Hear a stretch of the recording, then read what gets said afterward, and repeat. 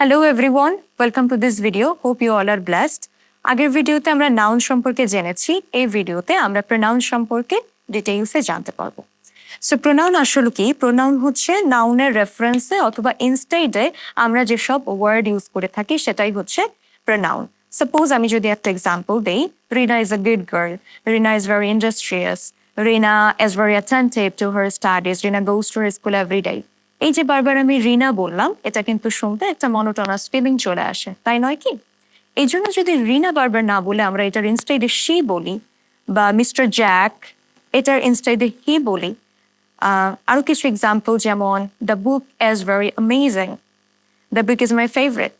এভাবে the book এটা একটা সাবজেক্ট, এটা একটা নাউন আমরা ধরতে পারি।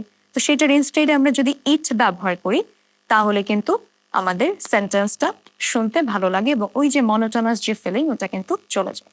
তার মানে নাউনের ইনস্টেডে আমরা যেসব ইউজ করে থাকি যে ওয়ার্ডগুলো, সেগুলোই হচ্ছে pronoun. The book is nice.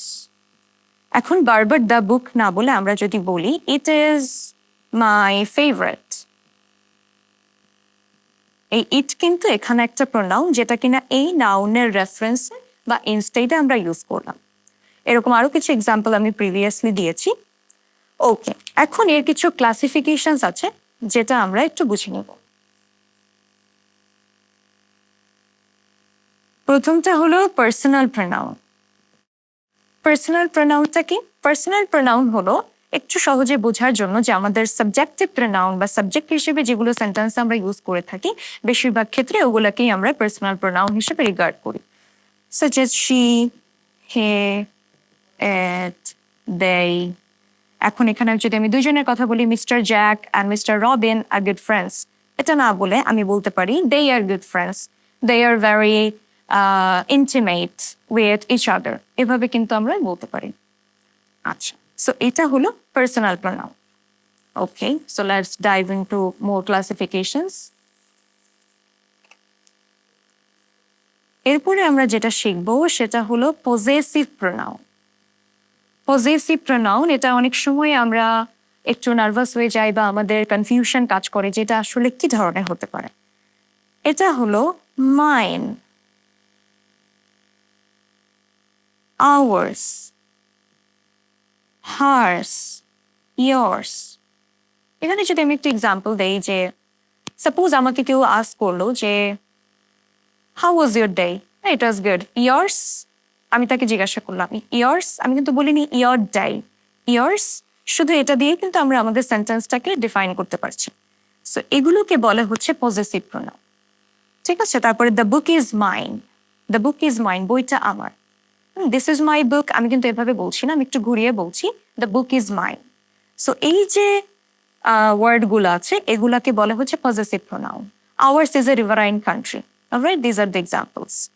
So possessive pronouns হচ্ছে এই ধরনের, the book is mine, yours, it is hers, these are the examples.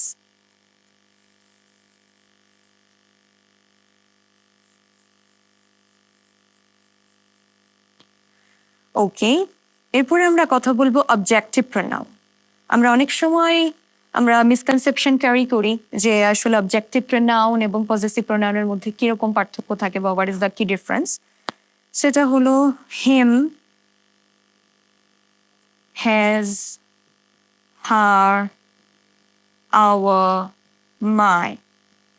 এবং সব থেকে একটা সিগনিফিক্যান্ট বিষয় হলো এই অবজেক্টিভ প্রোনাউন কিন্তু অ্যাডজেক্টিভ হিসেবে কাজ করে থাকে অনেক ক্ষেত্রে। কিভাবে? আমি যদি বলি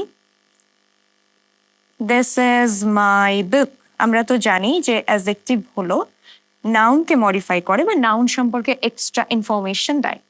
সো এই যে মাই আমরা বললাম, এই যে এটা আমরা জানি যে অবজেক্টিভ প্রোনাউন, বাট এখানে কিন্তু এটা অ্যাডজেক্টিভ হিসেবে কাজ করছে। অ্যাডজেক্টিভ হিসেবে অবজেক্টিভ প্রোনাউন কাজ করতে পারে। ঠিক আছে, তো এই ধরনের যখন এই ওয়ার্ডগুলো আমরা আমাদের সেন্টেন্সে দেখবো, এগুলো হলো অবজেক্টিভ প্রোনাউন, যেটা কিনা আমরা অ্যাডজেক্টিভ হিসেবে আমাদের সেন্টেন্সে ইউজ করতে পারি।